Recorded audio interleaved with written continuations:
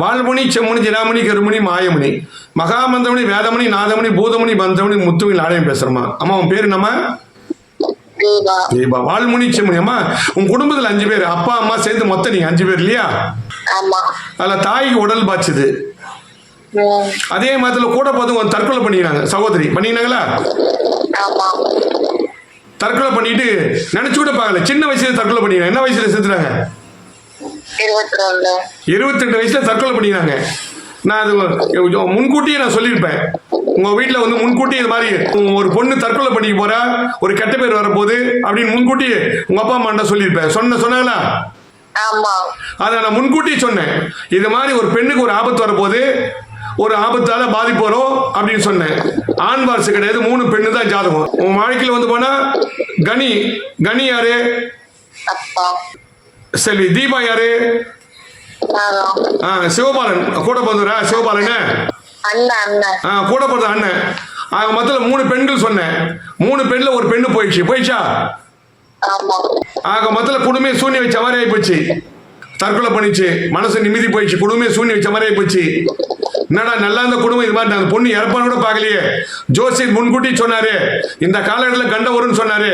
நான் முன்கூட்டி வரக்கூடிய ஆபத்து சொன்னேன். அதே மாதிரி உங்க அப்பாவுக்கும் முன்கூட்டி சொன்னேன், ஐயா அந்த காலகட்டத்தில் உங்க பொண்ணு இறந்துரும், உயிருக்கு ஆபத்து, தற்கொலை பண்ணிங்கன்னு சொன்னேன். அதே மாதிரி அவங்க சகோதரி தங்கச்சி தற்கொலை பண்ணினேன்லமா நினைச்சு கூட பார்க்கல. அந்த இழப்பை நினைச்சு பார்த்தீங்களா? நீங்களும் அறிவாளி, டிகிரி அறிவு உண்டு. என்ன படிச்சுட்டு இருக்கீங்க? Double degree. ஆமா, எதிர்காலம் சிறப்படையணும். உங்க வாழ்க்கையில படிப்பேற்ற கவர்மெண்ட் வேலைக்கு முயற்சி பண்றீங்க, வேலை கிடைக்கணும் ஆசைப்படுறீங்க இல்லையா? சொல்லுமா. கண்டிப்பா உனக்கு கவர்மெண்ட் வேலை கிடைக்கும். அதான் ராசி என்ன ராசி? துலா ராசி. துலா ராசினா சுவாதி விசாகம். உன் பேர் என்ன சொன்னீங்க? விசாக நட்சத்திரம். நீங்க விசாக நட்சத்திரம் துலா ராசி. நான் கேட்கறத மட்டும் சொல்லுங்க. ஆக மொத்தம் இளமையில் ரொம்ப கஷ்டம். இப்பதான் இந்த 10 வருஷ கால ஒரு 5 வருஷம் சுமாராக இருக்கீங்களா? ரொம்ப வறுமை இளமையில. சொல்லுமா. இப்ப உள்ள நல்லா 2 சம்பாத்தியம் வருது. யாரா சம்பாதிக்கிறாங்க குடும்பத்துல? 2 சம்பாத்தியம் வருது. அதுதான் குடும்பம் வருது. இது முன்கூட்டி சொன்னேன், இது மாதிரி ஆபத்து வரும், இது மாதிரி கண்ட வரும், உன் சகோதரி இறப்பாங்கன்னு உங்க அப்பா சொன்னேன்.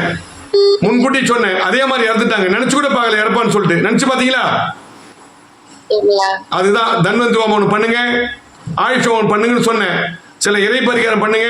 வரக்கூடிய ஆபத்து முன்கூட்டி சொல்ற ஜோசி. நான் வரக்கூடிய ஆபத்து முன்கூட்டி சொல்லிடுவேன். இந்த காலத்துல கண்ட வரும், இந்த காலத்துல பிரச்சனை வரும், அப்படி இந்த காலத்துல சொத்து பிரச்சனை வரும், இந்த காலத்துல கணவன் குடும்ப பிரச்சனை வரும், இந்த காலகட்டத்தில் தேவையில்ல மன உளைச்சல் வரும், இந்த காலத்துல கண்ட வரும், விபத்து வரும் அப்படின்னு முன்கூட்டி சொல்ற ஜோசி. நான் புரியுதாமா? நான் சொன்னதெல்லாம் உண்மையா இல்லையாமா? நான் இப்ப சொன்னதெல்லாம் உண்மையா பொய்யா? சொல்லுமா, உறக்க சொல்லுமா.